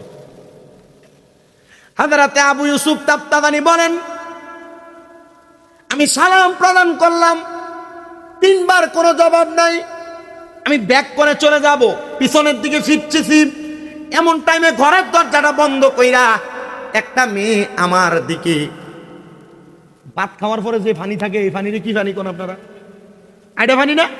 তাহলে তাক মোটামুটি কুমিল্লা আর বামনবাড়ির বাসা মিলে গেছে গা, 4.5 ঘন্টা লাগে আর কি রাস্তা ভাঙ্গা থাকার কারণে। হযরত আবু ইউসুফ তাফতাদানি বলেন, ঘরের দরজাটা খুইলাম, একটা মেয়ে উগ্র ভাষায় আমারে বকা দিয়ে বাঁধে কথা বইলাম, কিছু আইডা ফানি আমার গায়ের মধ্যে ফিকা মারছেন, মেলা মারছেন। আমার একটু রাগ হয়ে গেছে। আমি আবার তাকে দেখলাম মেয়েটা খুব রাগান্বিত, চোখগুলা ফুলে আছে। আমার দিকে যখন এমন ভাবে পানি নিক্ষেপ করে, আমি ঘর থেকে আরো দূরে চলে গেলাম। এমন টাইমে আমার সম্মুখে আরেকটা মেয়ে বের হয়ে আসছে, প্রাপ্তবয়স্ক। মেয়েটা এসে ডাক দিয়ে কই, ওয়ালাইকুম আসসালাম ওয়া রাহমাতুল্লাহি ওয়া বারাকাতুহু। হুজুর রাগ করবেন না গো, আপনি মনে কষ্ট নেবেন না, আমার এই বোনটা একটু উগ্র মেজাজ স্বভাবের। এই পর্দার অন্তরালের মা, আপনারা যারা বেপরদা চলেন, আপনারা যারা উগ্র মেজাজের, আপনারা যারা খারাপ ব্যবহার করেন, আপনারা যারা এই বাড়িতে ঝগড়া করলে আপনার ঝগড়ার আওয়াজ অন্য 2-3 বাড়ি শোনা যায়, মনে রাখেন আপনার এমন বেপরদা বেহায়াপনা উগ্রবাদিতার কারণে আপনার বাপ ভাইয়েরা কবরের আযাবের শিকার হবে। কোনো মহিলা যদি বেপরদা চলে, কোনো মহিলা যদি উগ্রবাদিতা প্রকাশ করে, কোনো গুনার কাজ করে, কোনো মহিলা যদি বদ খাসিয়ত বদ আচরণ করে, ওই মহিলার কারণে তার বাপ ভাই সন্তান স্বামী 4 জন মানুষ দুজকের আগুনে জ্বলবে। কয়জন মানুষ? এজন্য আপনি আইতে কইছেন না আমারে, শামীম রেদা কোন সময় বেরিয়ে কইছে আমার ওয়াজ বেড়াইতে থেকে বেরিয়েই বেশি মনে বুঝছেন আপনারা, আমার বেরিয়েই বেশি মোহাব্বত করে। আমার মাদ্রাসার ছাত্ররা লাগে মাঝে মাঝে বহুত বেরিয়ে তারা ফোন করে করে হাদিয়া ফাড়া, বহুত বেরিয়ে আমার কোহায় ইয়া না পাইলে আমি মাহফিলে থাকলে চাউলের বস্তা মাদ্রাসায় দিয়ে দেখিয়া মারহাবা কর। আজকের ওয়াজে মা বাপের মা বোনদের হেদায়েতের দরকার আছে না? আল্লাহ কবুল করে। আজকে এই হুব্বে রাসূল সাল্লাল্লাহু আলাইহি ওয়াসাল্লাম হুসাইনিয়া সুন্নি যুব সংগঠন, রামপুর প্রবাসী কল্যাণ সংগঠনের মাহফিল সফল যদি আমার এই কথাগুলোর উপর আপনারা আমল করেন। মেয়েটা ডাক দিয়ে বলে, হুজুর আমার বোনটা একটু উগ্র স্বভাবের। হুজুর কোনো জবাব না দিয়ে বলে, হ্যাঁ এই মাইয়াটার কারণে তোমার আব্বা কবরে জ্বলতেছে। হুজুর কি বলছেন?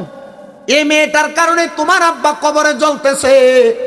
মাইয়াটা হাত থেকে আইডা পানির যে বালতিটা, আইডা পানির যে পাত্রটা ফেলে দিয়ে, আমার মায়ের গর্ভে থাকতে আমার আব্বা জান দুনিয়া থেকে বিদায় হয়ে গেছে, আর আপনি বলতেছেন আমার আব্বা জান আমার কারণেই নাকি কবরের আযাবে জ্বলতেছে। হুজুর কারণটা বুঝলাম না। হুজুর বলেন না কোন কারণে আমার আব্বা কবরে জ্বলতেছে। উনি বলেন, আমি দাঁড়িয়ে দাঁড়িয়ে বর্ণনা দিতে লাগলাম, মা শোনো,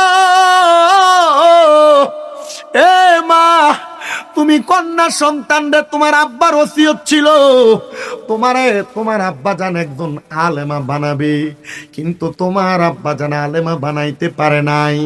এ মা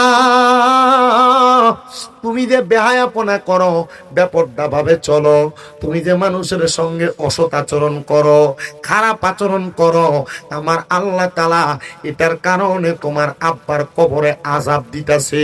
কি দেখছি জানো? তোমার আব্বার নাভি থেকে পায়ের তালু পর্যন্ত জ্বলতেছে।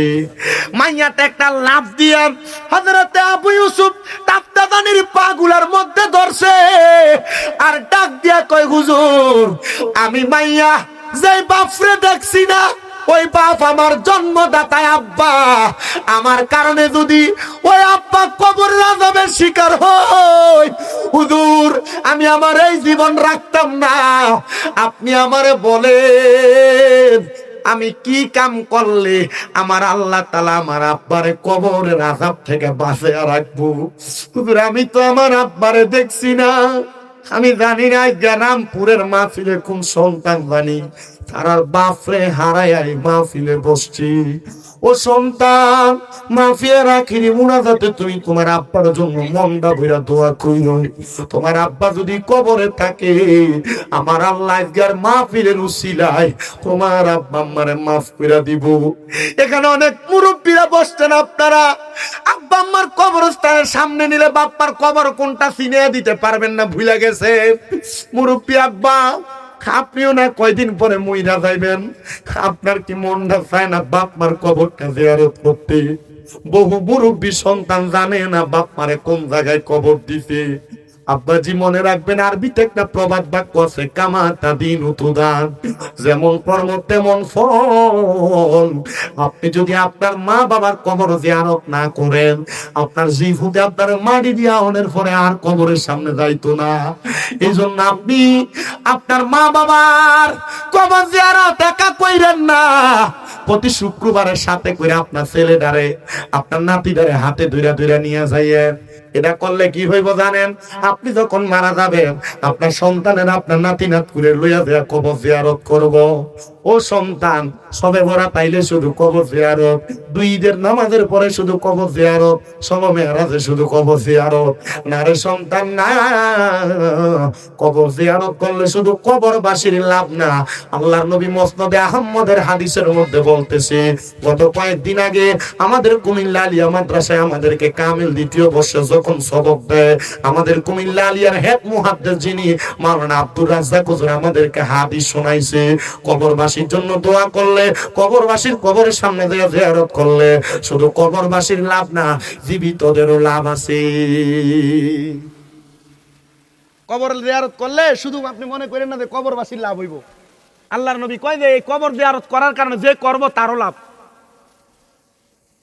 আর জোরে কোন আপনাদের দোয়া, আমি যে মসজিদে জুমা পড়াই, আমার মসজিদের সেক্রেটারি সাহেব, ওনাকে আমি প্রতি জুমায় দেখি উনি ওনার ছেলের লগে লগে কবর জিয়ারত করে। আমার মসজিদের এলাকায় এমন রুসুম, প্রতি সবে বরাতে, সবে মেরাজের রাতে ইমাম সাহেব সব মুসল্লিরা লইয়া যাইয়া একসাথে কবর জিয়ারত করে।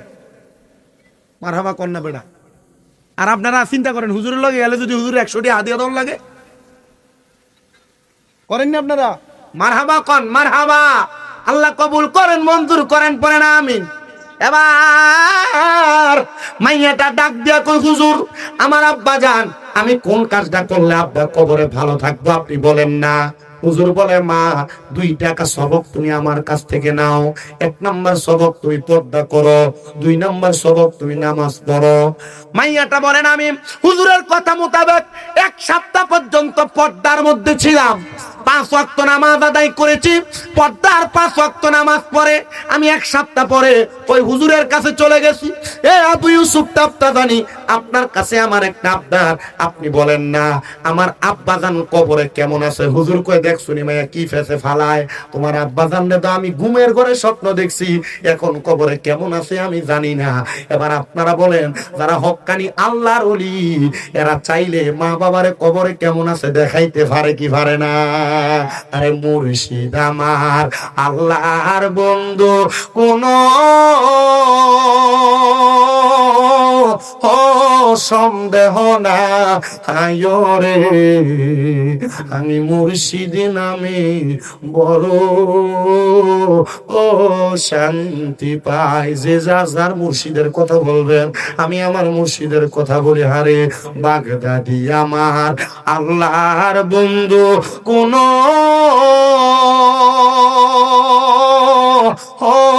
সন্দেহ না রে, আমি মুর্শিদ নামে বড় শান্তি পাই। হারে কাউকাব আমার আল্লাহর বন্ধু, কোন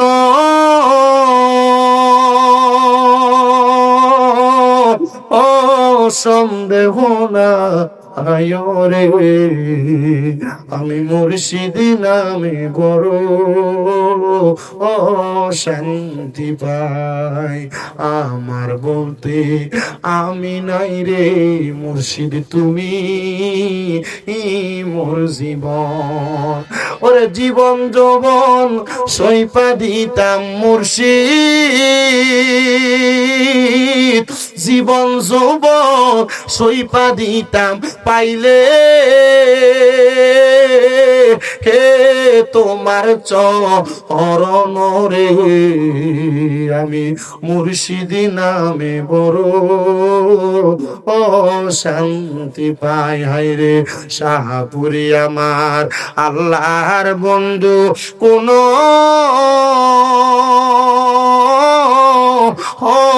সন্দেহ না আয়রে, আমি মুর্শিদ নামে করো অশান্তি পা। হক্কানি পীরে চাইলে তোমার মক্কা মদিনা চোখ বন্ধ করে দেখাইতে পারবে। হক্কানি পীরে চাইলেন মুরাকাবার মাধ্যমে তুমি থাকবা বিজয়নগরের রামপুরে, আর চোখ বন্ধ করলে তোমার রুহুটা, তোমার দেহটা মক্কা মদিনা দেখবে। আপনারা বলেন হক্কানি পীরদের এমন ক্ষমতা দিছে একজন, তিনি কে? হুজুর হক্কানি ফিরতে তো চিনি না, আমরা এলাকাত বহুত শিষ্যা পাইয়ে বেরিয়ে বইয়ে থাকে। এটা আমার কাছে বিচার আছে, বিচার। হুজুর বহুত শিষ্যা আছে মুরিদদের সামনে লইয়া ঠিক হইলেও কইবেন, বেশি কইলেও কইবেন। বিচার গাড়ির থেকে নামার পরে ধন রুমের দিকে যাই, এক ফোলা কইছে হুজুর এইটা একটু কইয়েন। আল্লাহর নবী ইবনে মাজাহ শরীফের 313 নাম্বার পৃষ্ঠার হাদিস বলেন, নবী বলেন হক্কানি পীর, হক্কানি ব্যক্তি, জান্নাতি ব্যক্তি চিনার উপায়। ইয়া রাসূলুল্লাহ কেমনে চিনবো? আমার নবী বলেন ইজা রুকু যুকিরাল্লাহু আযজা ওয়া জাল্লা, যে পীরের চেহারার দিকে চাইলে আল্লাহর কথা মনে হইব, যেই পীরের চেহারার দিকে তাকাইলে নবীর কথা মনে হইব, এটাই হক্কানি পীর। যেটা সিগারেট খাই বেড়ি লইয়া বইয়া থাকে, এটা পীর না, এটা শয়তান। আব্বা এই কথার কারণে আমার বহুত মাহফিল বন্ধ হয়ে গেছে রে। কিন্তু যদি বন্ধ হয়ে যায় ও থায় খালি নেই, মাহফিলের ডেট খালি নেই। মারহাবা কর। একবার আমার বারবার কো হুজুর একটু দেখেন না ডেটটা। আমি কইছি একবার না, কইছি খালি নাই, বারবার কেন কও? আমি যদি তোমারে একবার না কইরা পরের বার কই আছে, তাহলে তুমি কইবা হুজুর মিথ্যু। কথা কন না কা? আমার একবার কইছে খালি নাই, দুইবার কইছি খালি নাই, তিনবার কইছি খালি নাই, চতুর্থবার কইছি বেটা তোর বিবেকের সমস্যা আছে। তোর তো আমি একবারে না কইছি, না হুজুর হাদিয়াটা একটু বাড়াই দিলে না, ডেট দেয় হুজুরা। আমি যেটা এটা করে এটাও মুনাফিক। আমরা মোল্লারা ভালা, আরে না আমরা আরো বড় খারাপ। আমি শুধু আমারে ভালা কইতাম, হিসাবরার বিরুদ্ধে কয়ে দিতাম, না না আমরাও ফিরাইবো, ফাতলা ফাতলা করে বাড়ি দিব। কিন্তু আমরা যেটা ফাতলা বাড়ি ভিতর দিয়ে লাগে, উপর দিয়ে সুন্দর দেখা যায়। আল্লাহ কবুল করেন, আমিন বলেন। হক্কানি পীর চিনার উপায়, ফিরের দিকে চাইলে কার কথা মনে হইব? আল্লাহর তো কোনোদিন দেখলাম না, তো আল্লাহর কথা মনে হবে কেমনে? হক্কানি পীরের চলা, হক্কানি পীরের চরিত্র, হক্কানি পীরের ঈমান, হক্কানি পীরের আমল এমন হবে যে নেক আমল দ্বারা হক্কানি পীর চাইলে মুরিদকে চোখ বন্ধ করাইয়া মুরাকাবার মাধ্যমে আল্লাহ পর্যন্ত পৌঁছে দিতে পারে। আর ওই পৌঁছানোর জগৎকে বলে ফানা ফিল্লাহ, বাকা বিল্লাহ, ফানা ফি শাইখ বা ফানা ফি রাসূল। জোরে কন্যা সুবহানাল্লাহ। আসেনি এটা হুজুর মুরিদ হইছি, হিসাব কোনোদিন ফানা ফিল্লার বাকা বিল্লা কিতা ইটা কইছে না আমারে। আর কইছে কেমনে ফানা ফিল্লার বাকা বিল্লার জগৎ অর্জন করা যায়, ইটা কইছে না। এই মিডিয়ার ফলা ফাইন, তোরা শুধু হুজুরের ওয়াজ আর জিকির ছাড়ো, ইটা না ছাইরা আজকে যেটি কইছি এটি ছাড়িস। তাহলে কইব যে সুন্নিদের মাঝে হক কথা কই না, দুই একটা ফলা ফাইন আছে। খালি আমার জিকিরটা ছাড়ো, আমি গজলটা কইলে এটাই ছাড়ো। মুনাযাত্রা ভাইরালও দেখে মুনাযাত্রা ছাড়ে। আমার দাওয়াত দানের সময় হুজুর আপনি একটা লম্বা করে মুনাজাত দিলে চলবো। আল্লাহ কবুল করেন, পড়েন আমিন। আস্তে আমিন কইছে, আর জোরে কই না আমিন। হক্কানি পীর চিনার উপায় হইল, পীরের দিকে তাকাইলে কার কথা মনে হবে? আল্লাহ নামটা কইতে শরম যদি না লাগে, ডাইন হাতটা তুলে জোরে ডাক দিয়ে কোন আল্লাহ। মুহাব্বতে দুইটা হাত তুলে কোন আল্লাহ। ইয়া রাসূলুল্লাহ, ইয়া ওয়ালি আল্লাহ। আল্লাহ রাসূল পাওয়ার জন্য পীর মাশায়েখের কাছে যাওয়ার দরকার আছে না? না, এটা কি হক্কানি না সিগারেট খোর? আল্লাহ যেন হক্কানি রব্বানি পীরের সোহবত আমরা কবুল করে, ঘুরে কই না আমিন। এ মুসলমান ইমানদার মাইয়া দায়া হযরতে আবু ইউসুফ তাফতাদানির কাছে কই, হুজুর আমার আব্বা কবরে কেমন আছে আপনি বলেন। হুজুর কই, মাইয়া রে এটা আমারে কি বললা, আমি কেমনে দেখাইব এটা তো আমি জানি না। মাইয়া কই, হুজুর আপনি যে আমার আব্বা কবরে জ্বলে এটা দেখছেন, আব্বা কবরে কেমনে বালা থাকবো এটাও আপনি দেখবেন। হুজুর একটু আমার দেখার সিস্টেম দেখুন না। হুজুর কয়, মা আমি কেমনে দেখে এই নিয়মটা তোর শিখিয়ে দিমু, কিন্তু দেখার দায়িত্ব তোর। মারহাবা কর। দেখার দায়িত্ব কার? কথা কই না। রিজিক দেয় কি? খাবাইয়া দেয়? খায় কি? আমনে ইনকাম করেন, আমনে রিজিক কেমনে কামাই করবেন সিস্টেম শিখিয়ে দিছে কি? হুজুর ডাক দিয়ে কয়, মা তোমার 7 দিন আগে আমি একটা সবক দিছিলাম। হুজুর কি সবক? 2টা সবক। 1 নাম্বার কি করবা? পর্দা। 2 নাম্বার কি করবা? 5 ওয়াক্ত নামাজ। এই 2টা হলো সবক। সবক কোনটারে কয়? বাবারা এখনো এইটাও জানেন না। বায়াত হইছেন কেডা কেডা, এবার হাত তোলেন। মুরিদ হোসেন কেডা কেডা তুলেন। আমি আমার সারা বাংলাদেশে যারা ভক্ত আছে, আমি আমার ভক্তদেরকে এগুলা বইলা দিই, এগুলা বইলা দিই। কখনো মিথ্যা বলা যাবে না, 5 ওয়াক্ত নামাজ ছাড়া যাবে না, সম্ভব হইলে তাহাজ্জুদ পড়বে, কখনো হারাম খানা খাবে না, বেশি বেশি দুরূদ শরীফ পড়বে। এই 5টা কথা আমি আমার সারা বাংলাদেশে যত ভক্ত আছে আমি বলে দিই। কয়দিন আগে আমার ভৈরবের একটা ভক্ত মারা গেছে, ওনার নাম আব্দুল জব্বার। ওনার স্ত্রী ফোন দিছে, ওনার পুরাটা পরিবার, 3 ছেলে, ছেলের বউ, নাতি নাতকুরগুলো পর্যন্ত আমার ভক্ত। তো এরা আমার কাছে ফোন দিয়া মহিলাটা কান্দে, হুজুর আমার ঘরটা আজকে 7 দিন খালি খালি লাগতেছে, আমার কাছে ভাল লাগতেছে না, আমার জামাইটা কবরে কেমন আছে আমি এটাই বুঝি না, একটু আপনি দোয়া করেন। আমি বেরি, তোমার জামাই মরে গেছে, আমি তো আমার ভক্ত হিসেবে তার জন্য দোয়া করবো। আব্দুল জব্বার সাহেব মুরব্বী, বোঝেন না তো, ভক্ত হিসেবে আমি তার করতেছি আর কি। মুরব্বী মনে করেন ওনাদের থেকে একটু বেশি বয়স হবে। আমি গেলে আমার কাছে আত্রার দৈরা নিচে বইয়া থাকতো, একবার এত আদব বলা। বেটা 2 ফুট ইতালি থাকে, 2 ছেলে ইতালি থাকে, একটা ছেলে সৌদি আরব থাকে, এটারও লয়ে যাবে কয়দিন পরে। আমার হুজুর তো মারা যে গেছে হুজুর, আমার ঘরটা খালি খালি লাগে। আমি কইছি বেডি, আমি তো আমার দোয়া করবো, আপনি একটা দোয়া করেন। আল্লাহর নবী বলছেন, দুনিয়াতে কোনো যদি স্বামী মারা যায়, স্ত্রী যদি কয় যে আমার জামাইটা খুব ভালো আছিল, আল্লাহ এটারে মাফ করে দেব। আর যদি কোনো স্ত্রী মারা যায়, কোনো স্বামী যদি বলে হ্যাঁ আমার স্ত্রীটা ভালো ছিল, ওই স্ত্রীটা কবরে আল্লাহ তাআলা সাথে সাথে নাজাত দিয়ে দেয়। এই রামপুরের মহিলারা, তোমরা যারা তোমাদের স্বামীদের সাথে খারাপ ব্যবহার করো, স্বামী কোনো কিছুর হারা দিলে ফাটতাম না বয়ে ফালাইয়া দাও, রাত্রে স্বামী বাড়িতে যেতে দেরি হইলে ভাত বেড়ে খাওয়াও না, নাক টাইনে ঘুমাও, তোমার স্বামী কোনো কথা বলে ঘর থেকে বাইর হয়েও না, তুমি ঠিকই বাইর হয়ে শাহবাজপুর টাউনে আর বামনবাড়ি দেখো বাজার করবার লাগিয়া। আল্লাহর নবী কয় কোনো মহিলা তার স্বামীর আদেশ ছাড়া বাবার বাড়িতেও যাইতে পারবে না। আর তুমি তোমার স্বামীর উপর দিয়ে কথা বলো, মাগো স্বামী যদি নারাজ থাকে জান্নাতে যাওয়া বন্ধ। মহিলাদের জন্য আশা করে দিয়ে গেলাম। আমার 60 হইলে লাভ নেই, আমার দিয়েন না, খান আপনারা 4 দামটা পকেটে হিসাব করে যাইতে দিয়ে দিয়েন। আপনারা কি কষ্ট দিতেছে?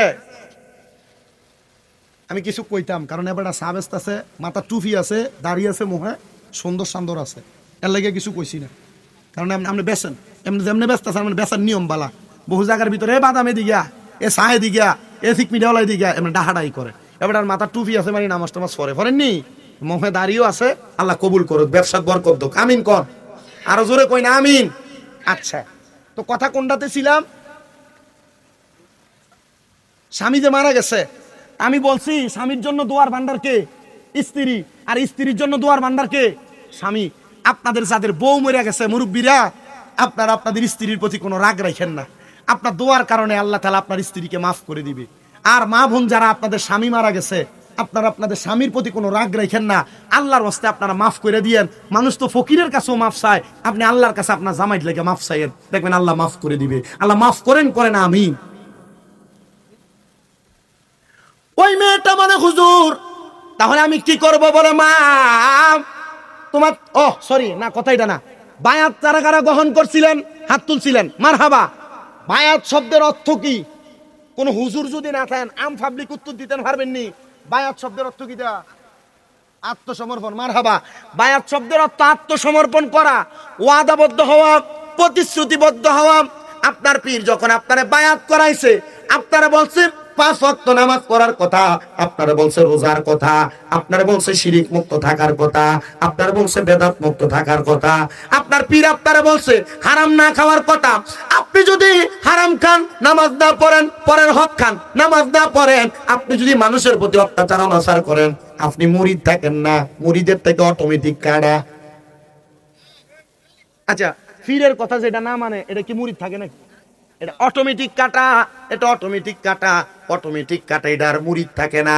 এজন্য পীরের কাছে মুরিদ হইলে চলবে না, মুরিদ হওয়ার পর একটা মুরিদের দাম বাইরে যায়। তাহলে আপনি যদি দামি মুরিদ হইতে চান, আপনি আপনার জীবনটারে এমনি করে সাজায়েন। এবার ওই মেয়েটা বলে আমার দুইটা বিষয় উনি বায়াত করাইছে, আমি কখনো বেপরদা যেন না চলি, আর আমি যেন 5 ওয়াক্ত নামাজ আদায় করি। আমি 5 ওয়াক্ত নামাজ পড়িয়া বেপরদা না চইলা হুজুরের কাছে গেলাম, হুজুর আমি আমার আব্বা জানকে দেখতে চাই। হুজুর আমার বলছে এ মা, তুমি যদি তোমার আব্বা জানলে দেখতে চাও, আজকে তোমার আমি আরেকটা বিষয় সবক দিলাম। সবকটা হইল 5 ওয়াক্ত নামাজের পাশাপাশি তুমি তাহাজ্জুদের নামাজ পড়বা। কি নামাজ? পৃথিবীতে এমন কোন অলি নাই একজন ছাড়া, পৃথিবীতে এমন কোন অলি নাই যিনারা তাহাজ্জুদ নামাজ ছাড়া আল্লাহর অলি হয়েছে। আল্লামা ফরিদউদ্দিন আত্তার রহমতুল্লাহ আলাইহি লিখিত আত-তাজকিরাতুল আউলিয়া কিতাবের মধ্যে 288 জন আল্লাহর অলির জীবনী আমি আমার নিজের মুখ দিয়ে পড়ছি, এ চোখ দিয়ে চায়া চায়া আমি দেখছি 288 জন আল্লাহর অলি সবাই তাহাজ্জুদ নামাজ পড়ে পড়ে অলি হয়েছে। প্রত্যেকের জীবনে যারা মার খেদমত করে অলি হয়েছে, এরাও তাহাজ্জুদ পড়ছে। মহিলাটারে ডাক দিয়া কয় ইমাম তুমি তাহাজ্জুদের নামাজ পড়বা। মায়া কয় হুজুর তাহাজ্জুদের নামাজ পড়লে আমি কি আমার আব্বা জান কবরে কেমন আছে আমি জানবো? বলে হ্যাঁ জানবা। এই মেয়েটা 1 দিন 2 দিন 3 দিন তাহাজ্জুদের নামাজ পড়ছে। আমার ভাই ওই 3 দিন তাহাজ্জুদের নামাজ পড়া মহিলাটা নামাজের মুসল্লাটার মধ্যে বাবার জন্য কান্দে। মহিলা ডাক দিয়া কয় জগতের মানুষ, আমি 3 দিনের দিন যখন কান্দি রে, আমি কানতে কানতে নামাজের মুসল্লাটার মধ্যে বেহুশ হয়ে গেছি। আমি বেহুশ হওয়ার পর দেখলাম আমার মা আমার আব্বা জান একটা সুন্দর বাগানের মধ্যে ঘুরতেছে, আর ডাইনে বামে সামনে পেছনে জান্নাতি হুর গিলমানরা আমার আব্বা জানের সাথে ঘুরতেছে। আমি কইলাম ও আব্বা, আপনার কবরে কেন এত শান্তির বাগান? আমার আব্বা আমার জবাব দেয়, তোমার মতো মাইয়া দুনিয়াতে 5 ওয়াক্ত নামাজ পড়া পর্দা কইরা আমি আব্বার জন্য তাহাজ্জুদ করে দোয়া করলে আমার আল্লাহ এটার চাইতে আরো দামি জান্নাত প্রদান করে। মাগো মা,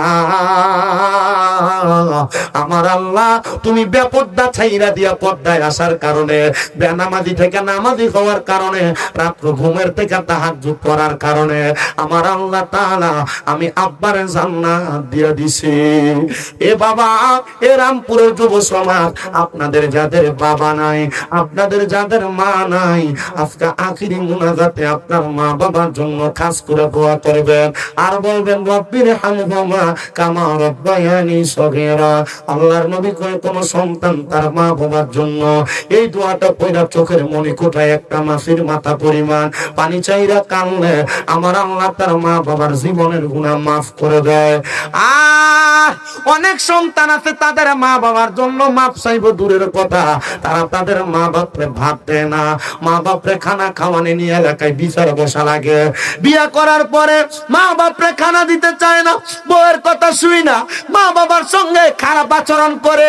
আমি বলবো এ রামপুরের যুবক, কেউ যদি তোমার মা বাবার সঙ্গে এমন আচরণ করে থাকো, দেও তোমার পাও আমার সামনে দাও, আমি আমার জিহ্বা দিয়া তোমার পাওটা পরিষ্কার করে দিব।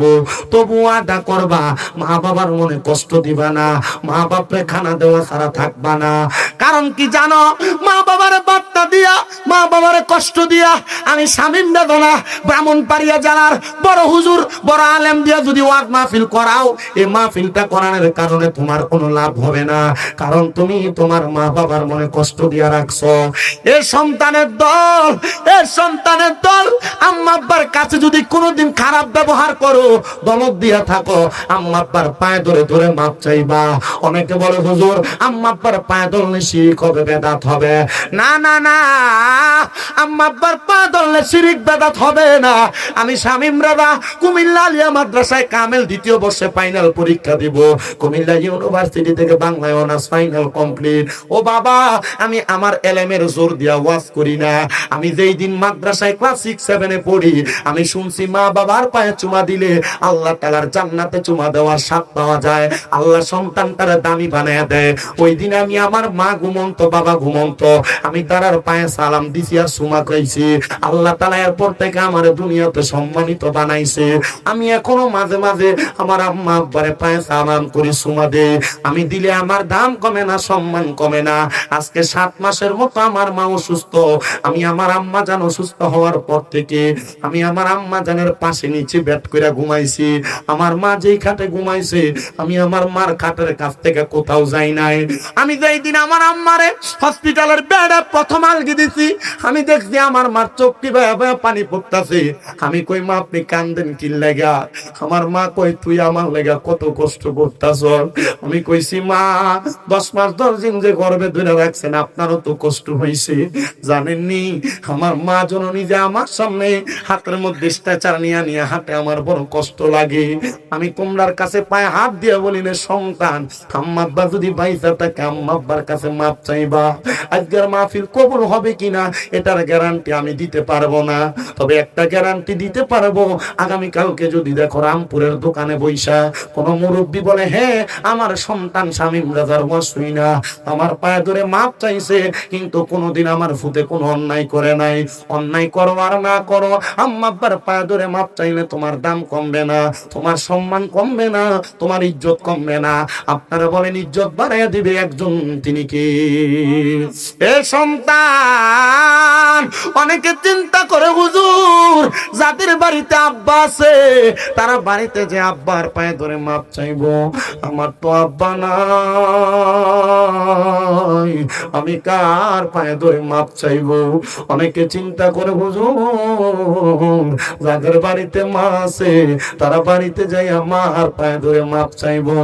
আমার তো মা নাই, আমি কার পায়ে ধরে মাপ চাইবো?